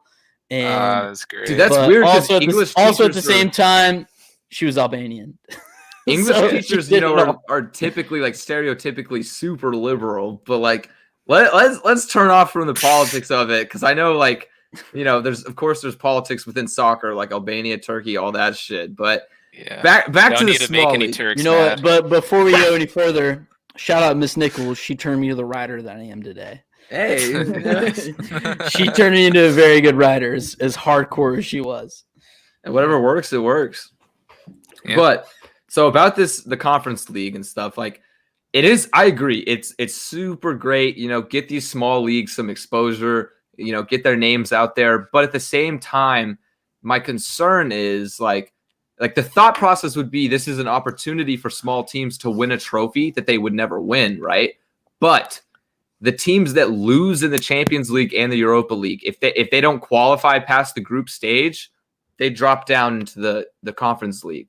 So what I feel like is going to happen is like some big name team like Arsenal, for example, is a perfect candidate. We always choke in European competition. So like if Arsenal drops down from Europa League into Conference League, Arsenal would absolutely demolish teams like Klaxklavar Itraleveng. Oh, you so say. Oh, okay, yeah. Yeah, that's, I don't know. You're right. Because, you never know. It's all about giving teams the opportunity. You're right. You're right. You haven't felt the Albanian fury. No, I'm actually kind of scared because if I would be if I were you as well. Because I don't know, dude. It's not even a win-win. It's a lose. These fucking Albanian team, they got some salt and vinegar. Oh my god, bro! You and these fucking Albanian teams.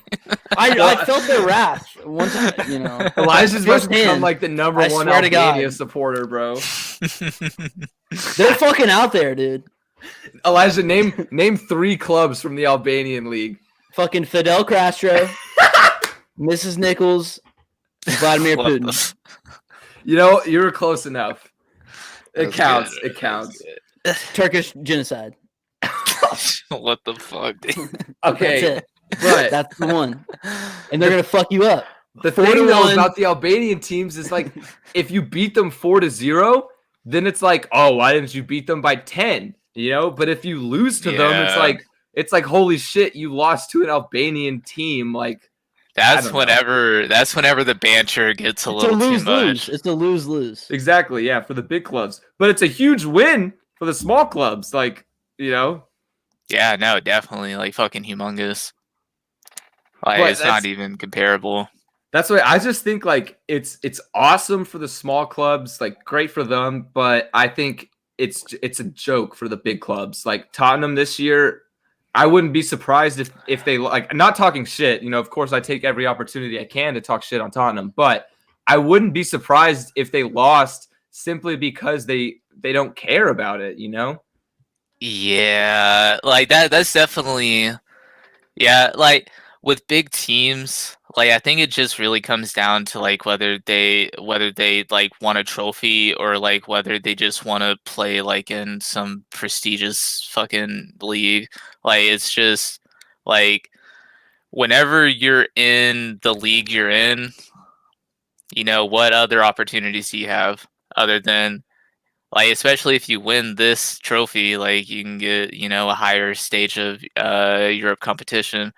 But beyond just like the motivation of the players, just it also comes down to like how much money you win from the tournament. That's true, yeah. That is true. Yeah. I don't really know like the semantics of the conference league yet, like how big it would be to win. But I mean, I know the trophy's cool. Yeah. The trophy looks pretty cool, so that would be cool to win. But yeah.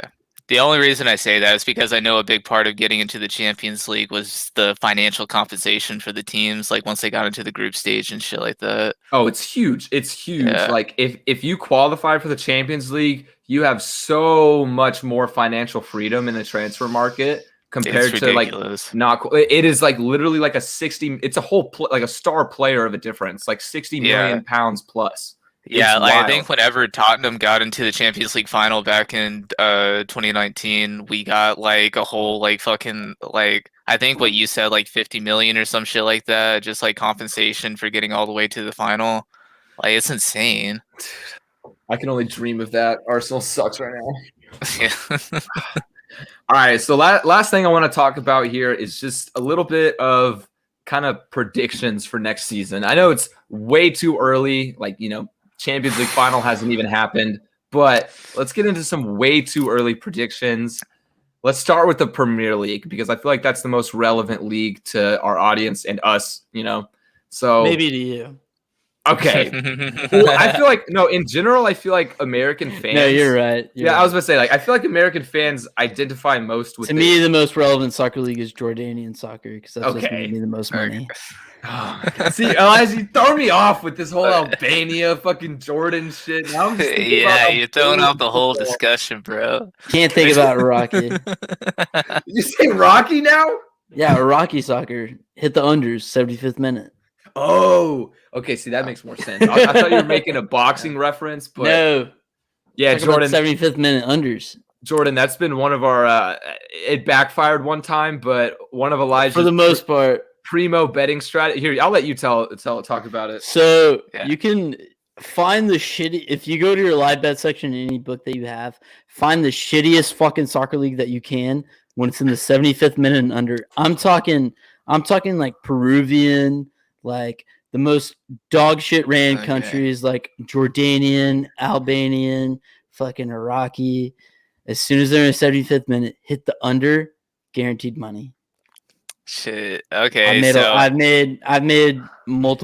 made hundreds of dollars doing this. Oh my god. You know, like I kind of remember Ryan talking about some shit like this, and like it sounds good, like whenever you say you won hundreds of dollars off of it, but like Two to like, three I don't know. times. 2 to 3 times it bit me in the ass. Yeah, But for the most part, I won some money. the only time I tried The it, only time it went bad is when I did it with you. yeah, I was literally with Elijah, and we're like, you know what? Fuck it. Yeah, we did it on fucking like what was it? Like it was some bullshit South American country, and then Something. It was like tied 1-1, and we were like, all right, bet the under 2.5, and then like 2 minutes later, we that checked fucking goal. God damn it. I think they scored twice. Actually, I think so too, yeah. Dude. we were like, oh fuck, we're so goddamn dumb. And There was more money that we could afford at the time. Yeah, we were down And bad. then- That and was then- like our last resort. Immediately after that is that we hit the live casino on the web account and then put like more money than we already had before on red and like 3 times in a row, and we were just being degenerate gamblers yelling and screaming and all just to get back to like negative $30. Yeah, I'm well aware of how that goes. Yeah. Yeah. Yeah, it's the life of a sports gambler. What can I say?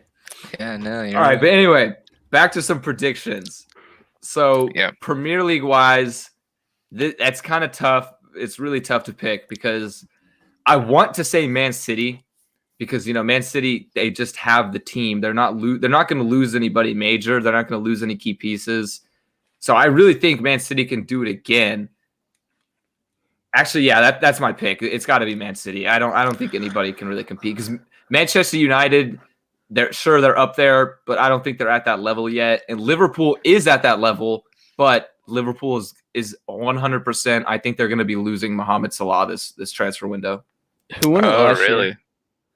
Last year was Liverpool. This year was Man City. Okay. Yeah. Haven't Man City won it like 3 of the past 4 years or some shit like that? Yeah. Bold prediction. Not Ryan. good. Appreciate it. I mean, it's a bold prediction, sure, but it's right. It's probably going to be correct. Like, okay, so whenever like talking about these scenarios, I like to bring sort of multiples, like mini scenarios, and talk about them and sort of come to the most logical conclusion. And so I can see. Well, I don't know the total yet. I'll do it as I go. I can see one scenario where you just said Man City just dominates again. Like, there's Mhm. really nothing you can do about that shit. Like, and then like 2, Liverpool keeps Salah, who I just learned was like probably about to leave.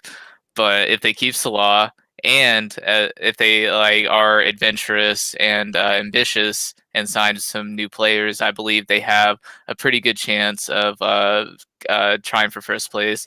And then the third scenario is Man United. If Man United, okay, so if Man City falls, which is always possible, like it's always possible after a champion title, and then if Liverpool just doesn't correct themselves, Man United has a really good chance of winning the Premier League title. And then the fourth scenario is if like all 3 of those teams just suck shit, and then Chelsea gets the title. Okay, I thought you were about to say Tottenham. I thought you were about to say Tottenham. I was going to say, don't you fucking say it, Jordan. Hey, Pulisic on Chelsea, right? Yeah. That's my pick. It's not a bad pick. They're playing well right now. I mean, especially in the Premier League, they're playing out of their mind. Like, dude, Pulisic is one of the better players in the Premier League right now. He's honestly, like, he's just one of my favorite players in general, of course, because he's American. Yeah. 100%. But he's translated extremely well into the Premier League game. Yeah, so out of those 4 scenarios, though, Jordan, what do you think is the most likely?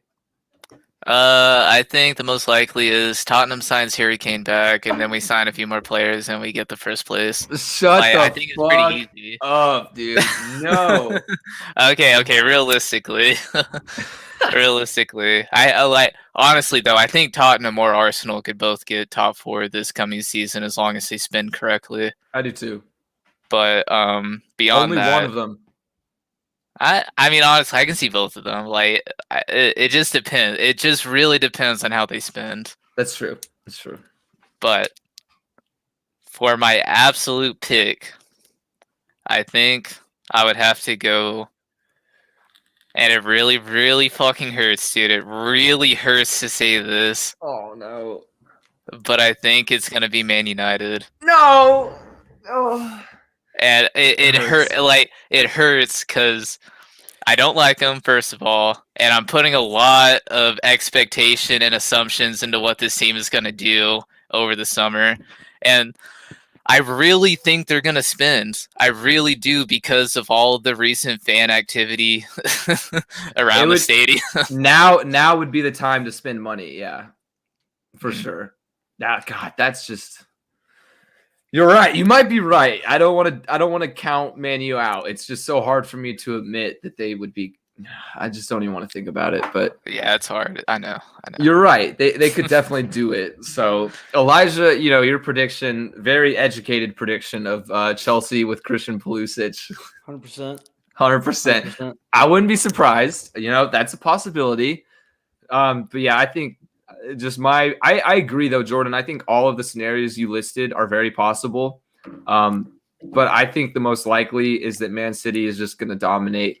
But what I think is going to be interesting to see is what happens to Man City after this era. They're not going to have Kevin De Bruyne.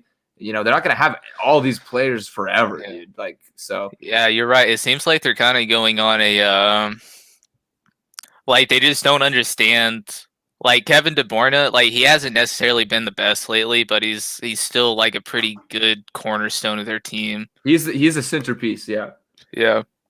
And like I just think like once like Sergio Aguero was the first, like they really slacked on getting like a good striker for the longest fucking time to help back up Sergio Aguero, and I really think it's gonna bite them in the ass if they keep up that whole mentality of like relying on their players or relying on the players that they spent like a lot of money on or whatever, because like like they're gonna retire.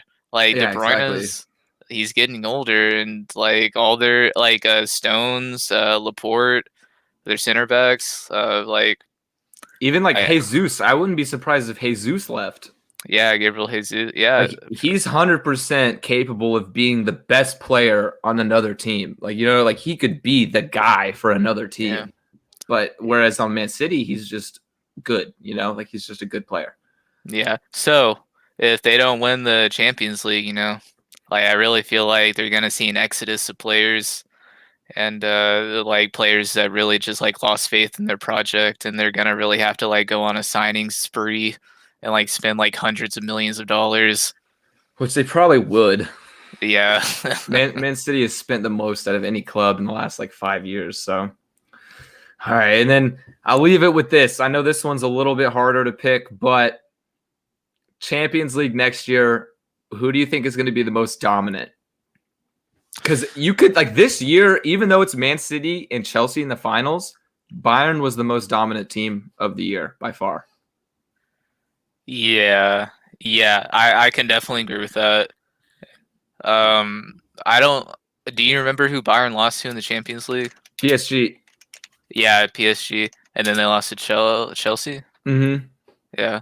So, yeah, I think that's just sort of a this is circumstantial shit. Just like, you know, matchups. Like sports doesn't always go like the best team always wins. It's a lot of time matchups, but I think either Bayern or PSG, honestly. I as much as I enjoy Premier League dominance, like I think it's either. I think that this was our year. Like we're gonna get a champion, whatever, but it's gonna move on, and either PSG or Bayern is gonna win. Those are my exact two picks. Yep, I agree, 100%. PSG is definitely on the right path. Yeah, I agree. If PSG. If next year is another PSG versus Bayern, like honestly, I think PSG is gonna win. I would love to see that, yeah. But if it's either, if I had to choose out of one of those, it would be Bayern. Like, but it honestly just depends on like how Lewandowski's gonna do. Yeah, because he was like a huge part of their success this year. Yeah. Yeah. Elijah, should I even ask? No. Dude, I feel bad. You've kind of been like chilling, you know? Nah, you guys got this. All right. Well, I mean that's just about all I got. I know the best team in FIFA 20 is Real Madrid, and that's it. FIFA 21 though, it's probably Bayern. Yeah, probably. But I mean, Real Madrid's a good team always. So. My soccer, clearly from this conversation, my soccer knowledge is very limited. So. You know, we're gonna. I'm very happy to be a bystander for this conversation. So, don't worry. Thank you for coming on. By the time we're done doing this podcast, Elijah, we'll have breeded you into a Premier League fan. Yeah, I want to pick the most irrelevant fucking team to be a fan of too, and just be super obnoxious about it. Dude, pick like a small team that never wins, man. I'm thinking Chelsea right now because of Pulisic. That's a good reason. Yeah. I mean, it's always good to go with like a team that has like the best American player, the best team, you know, the best player from my country. So exactly. Chelsea. So yeah, I mean that's your pick. Other than apparently the Jordan and Albanian soccer, who knows? Yeah, hey, don't sleep on that shit. I'm telling you right now. There's some electricity. Well, anyway, Jordan, we appreciate you coming on and talking about soccer a little bit. It was really nice. You know, I know Elijah isn't the biggest fan, but for me, it was a nice relief to kind of talk about some soccer. So, yeah, no. Whenever you want to have me on again, we can just have a quick little discussion, or if you want to have a long ass discussion, I just got to get the proper amount of alcohol in my system, and we'll be good. Yeah, I've seen you sipping on that White Claw a little bit. That's, you know, I have a mysterious beverage in my cup right now. Yeah, no, I get you. I wonder what it could be. Ooh. Anyway, all right. Appreciate you coming on, and we will be right back in just a quick 10-second break, and we're gonna end things with a love it or loathe it. All right. Appreciate you, Jordan. Right. See ya.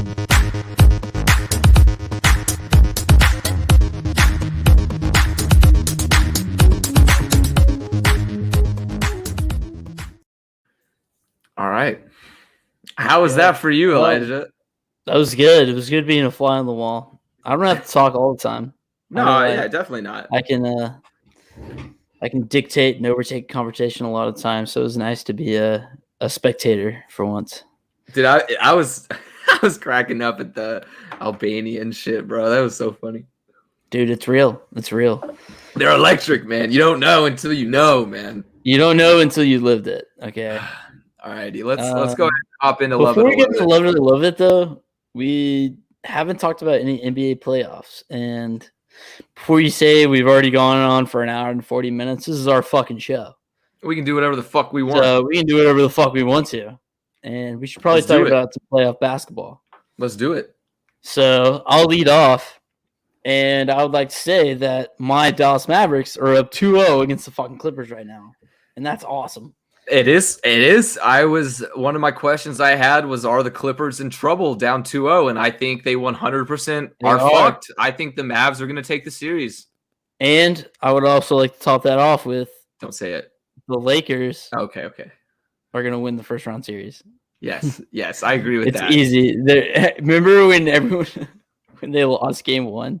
And do you think any real sports fan was actually panicked that the Lakers were going to lose the first round? Bro, I saw after they lost game 1, I put 2 units on them in game 2. Easiest money I've ever made. Good for you. Easiest money ever, bro. How much? It was just 44 for 40.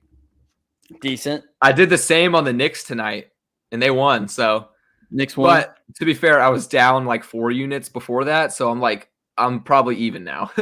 Yeah, good for you that you have a bookie. Hey, I got you soon. I'm out of there. I'm out of the bookie situation. I got you soon, though. You know, we could share on the podcast another day, but yeah, exactly. We could just say that shit's fucked. Yeah. Well, okay. So back to the playoffs, though. Like Mavs, yes, I think the Mavs. We talked about it last week. Like Mavs, they're really. Go ahead. I think their cap is winning a series, though. I don't think they go anything beyond beating the Clips, honestly. And that's coming from a fan. Who is their second round matchup? Let's see. Actually, it is going to be the winner. Okay, hear me out, because I'm not a Mavs fan by any means, but my bold prediction is that the Grizzlies are going to beat the Jazz. I think the Grizzlies are going to win the series. Oh wait, so the Mavs matchup is going to be the Jazz Grizzlies winner? Yeah. Which I think if they play the Jazz, that makes it so much different. I think if they play the Jazz, that would be a hell of a series. They could win 2 series, bro. They really could. Oh my god, they really could. I think they're in prime position right now to beat the Clippers. Could easily make it to the conference finals. I think so. Wow. Holy I really do think so. And then who are they going to play, bro? They're going to play the Lakers, though. Then they're going to play the Lakers. I really think the Mavs have a good matchup against the Jazz. We're not going to the finals. I can tell you that right now. No, I don't think so either. No, but the Mavs do have a good matchup on the Jazz personnel wise, and then against the Grizzlies have just been hot. Like that's it. They've just been playing out of their mind. John Morant is going clutch God mode in the playoffs. Like I don't understand. It's just they're just playing out of their mind. So and the last time the 8 seeds beat a 1 seed was when the Warriors beat the Mavs, and like. What was it? What year was that? Like 08, 09? I don't know. I remember the Mavs won like an absurd amount of games, and they were the 1 seed, and they lost to the Warriors, who were the 8 seed. Well, it was a long time ago, but it's not going to happen this year. Like the Jazz are too good of a team, too complete of a team to lose to the Grizz. I don't know, bro. 7. That's my bold prediction. But, I really think the Grizzlies might pull it out. But I could easily see the or the Jazz losing to the Mavs. I didn't know that was going to be our second round matchup. Yeah, dude. That completely changes my whole perspective on it. So we're going to the Western Conference Finals, if you ask me right now. If you're telling me, that's my prediction. Like I'm putting a guarantee on it. Like we're going to the Western Conference Finals. I wouldn't be surprised. Honestly, I really wouldn't be that shocked. But I don't think there's any chance they beat the Lakers. Assuming the Lakers get past the Suns, and even if they don't, I think the Suns beat the Mavs. Personally, I think you're right too. I think you're right. Unfortunately, but I don't think we can get to the finals. The Mavs are a next year team. That's why I like being a fan of them right now. Because we're gonna win. But like that's kind of what people said last year. Well, we didn't even win a playoff series at that point. It's true. It was in 6 with the Clippers. So now we're a next 3 to 5 year team. Is what I mean, yeah. We're next Luka, 3 to 5 with Luka. We're gonna win. Luka is gonna get a ring. Luka's gonna get an MVP, have a ring. Bro. Luka's gonna get 2 MVPs, 3 MVPs. Like Luka's one of my favorite players. Yeah, fuck it.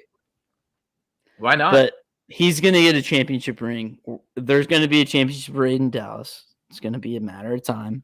Not this year, unfortunately, but it's gonna happen sooner or later, which I'm very excited for. See, whenever you're bringing up the Lakers, just like the way you were saying it, I thought you were gonna bring up the Heat, and I was like, I don't even want to talk about it.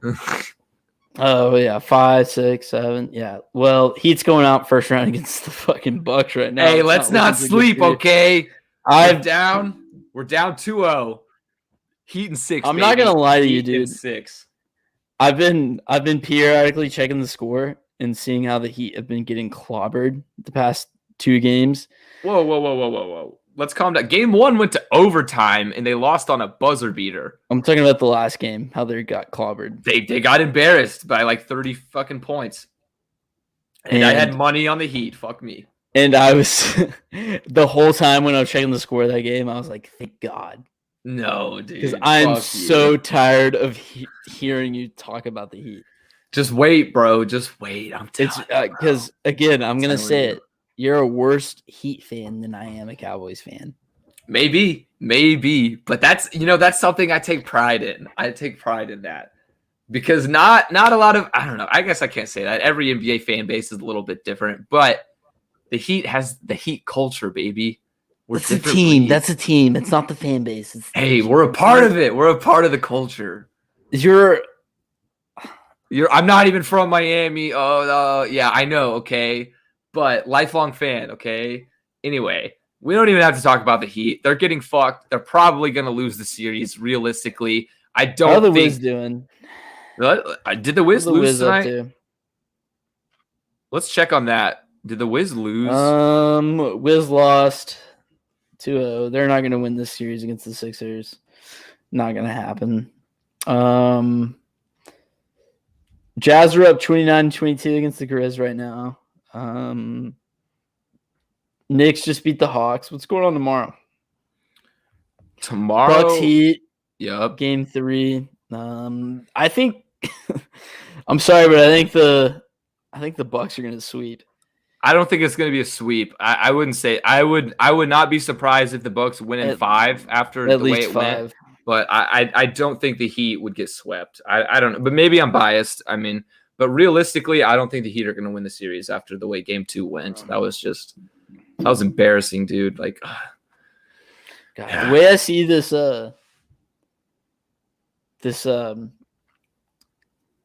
series, the first round series shaking out, the more and more I like the Nuggets. I actually like the Trailblazers. I picked it last week. Trailblazers are my dark horse. I'm still sticking with the Trailblazers to win the series. Over the Nugs? Yeah, over the Nugs. I think so. All right, well, shit. I mean, last thing I want to talk about, though, in the NBA is, have you seen LeBron's theatrics lately? Yeah. Yeah. Like, I love LeBron, but it's ridiculous. Like, dude, just stop, bro. Like, in the most recent one was like against the Suns. He went down. He fell awkwardly, landed weird on his shoulder, and then there was a fight that happened on the court, and he just looks over. And then he walks over to it, falls back down again. Yeah, it's bad. It's embarrassing, honestly. Yeah. It's like, dude, come on, man. You're LeBron James. You don't need that attention, but whatever. Let's just move. You're down for Love It or Loathe It? Yeah, I'm down for Love It or Loathe It. All right, let's get into it. For those that don't know, Love It or Loathe It is our favorite segment. We do a little rapid fire sports topics back and forth at one another. We try to keep it as minimum as we can to get through them really quickly. And if we love it, we're going to stop and talk about it. If we loathe it, we're just going to move right on to the next one. All righty. All right. Elijah, I'm ready. Go ahead and fire them off. All right, Jacob deGrom makes a minor league outing while rehabbing his injury and absolutely destroys. I loathe this. I saw his stat line. He only pitched, I think it was 2 full innings. But like you said, he absolutely raked against them, and it's just not fair against minor league prospects. Loathe it. Julio Jones claims he wants out of Atlanta in a phone call with Shannon Sharp on Undisputed. You know, I put this on my loathe it accidentally. Yeah, I saw that. Yeah, delete it.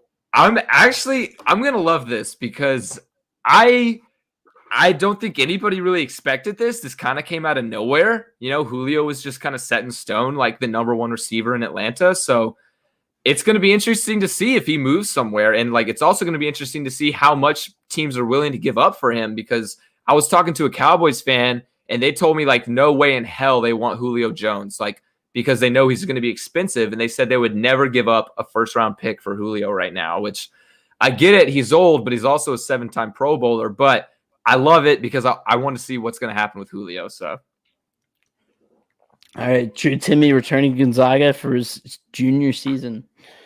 All right, I love this one. Throwing it back, March Madness, NCAA basketball. Drew Timmy was one of the best players in the tournament. Huge star for Gonzaga. If you don't know who he is, I love this mostly because I think it is a great personal decision. He's talented enough to go to the league, but if he went right now, I don't think he would have any success. I think waiting another year, playing at that level again, is the best for him. So, yeah, I love that. All right, this is a favorite of mine. You stole this from me as well. Adolis Garcia leading the AL Rookie of the Year race, followed by Yerman Mercedes. I love this. I'm sure you love this too. Rangers fan, always great to see. So much. You can go ahead and hop in on this one, bro. Adolis Garcia has been on a tear this season. One of the only 2 games I was at in person this year. Adolis hit a bomb into center field. He's awesome. Love to see rookies playing at that level. Yeah, so he's a 28-year-old rookie. If Rangers fans are sad about that he's 28 years old, just remember that Nelson Cruz came up when he was 28 as well. So there's things to look forward to. I went to the game on Saturday when he hit 2 home runs himself. God damn. And then the day before that, he had a walk-off home run. And the day after the game that I went to on Saturday, on Sunday, he had another walk-off hit. So the guy is fucking sick, and he's unreal. He's cracked. He's the great Bambino. Well said. Yeah, I love that one though. All right. And Jordan Clarkson named 6th man of the year. I love this, not so much because it was Jordan Clarkson. Yes, he deserved it. No, not bashing him in any way. But I love this mostly because of the presentation. I don't know if you saw, Elijah, but it was on NBA on TNT, I think. They were literally doing an interview with like Shaq, and then it was Jordan Clarkson and Joe Ingles together. And Joe Ingles literally like presented him the award unexpectedly in the middle of the interview. So that was pretty cool to see. All righty. Oh, yeah. Moving on now. You ready? I'm ready. All righty. Julius Randle named the most improved player. I guess I'll love it. Julius Randle, he went from a contract bust to a contract love, basically, in the matter of a year when the Knicks initially signed him in that monster contract a couple years ago from the Lakers. Yeah, fans were not happy. Yeah, huge. And now all of a sudden he is definitely lived up to all that money he's made, the money that he will make. So good for him. All right. Aaron Rodgers gets philosophical with Kenny Mayne. I love this. Aaron Rodgers having the time of his fucking life in Hawaii with Miles Teller. I saw that, yeah. With Project X, Miles Teller. With the Spectacular Now, Miles Teller. I love Miles Teller. With the dude in 21 or and over, Miles Teller. He's living it up in Hawaii, and while he was on that same vacation, he's getting in the nitty-gritty details of why he's fed up with the Packers. It's fucking hilarious. I'm to the point where Aaron Rodgers literally doesn't give a shit anymore. Probably it's not. like a meme at this point. Probably because he knows he knows he's so valuable. I mean, like, he can do whatever. Yeah, I did see that picture though of him in Hawaii. But all right, moving on now. We got Texas Rangers had a sellout crowd this past weekend on Saturday. So yeah, I included this just because I was there. It was a 38,500 people crowd, and it was electric to be in a stadium again with a sellout crowd. It was awesome. Getting out of there was a nightmare. But at the same time, it was so awesome. It was glad to see, the nature's healing. We're back. We're back. Sports are back. And I will say, on the way out, I did kind of get into a shit talking match with a Houston fan. Oh God. So, but do you want me to detail it? Yeah. I want to hear about it. Okay, so while we were walking out, it was me and my buddy who came into town for that weekend. That's why I went to the game. He's a Houston fan. We've been friends since freshman year. And while we were walking out, since the Rangers won, I go, bad day to be from Houston, in the middle of this huge crowd. And this short lady, looks at me and goes, "Shut the fuck up." And I go, and it was raining really bad at the time. I go, "Too bad y'all brought y'all shit weather with y'all." And she goes, "Shut the fuck up." And I just go, "H-Town till you drown." And she goes, "Shut the fuck up."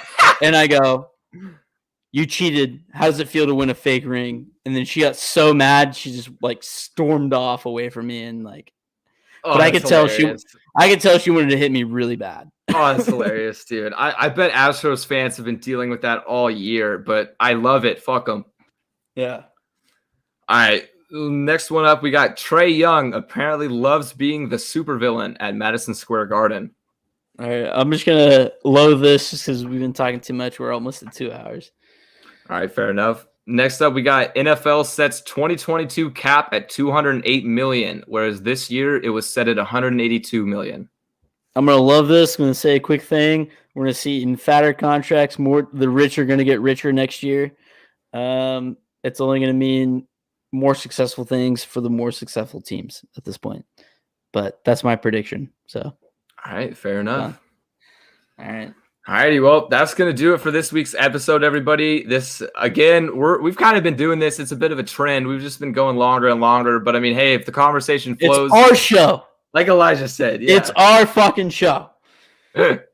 So, hopefully you stayed for all 2 hours of this. And, honestly, I wouldn't be surprised if we continue this long format because as we continue this, Elijah and I are both getting more comfortable just in the podcast format. I feel like, conversations are flowing better. So, look out for some longer episodes. It's once a week.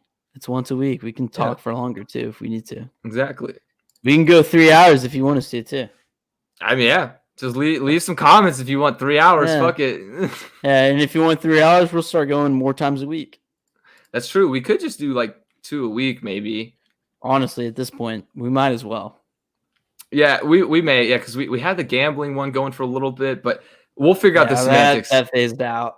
Yeah, we'll figure out the semantics later. But yeah, be on the lookout. We'll probably keep these longer episodes going. But yeah, if you stay the whole time, we appreciate you listening, and we'll see you next week.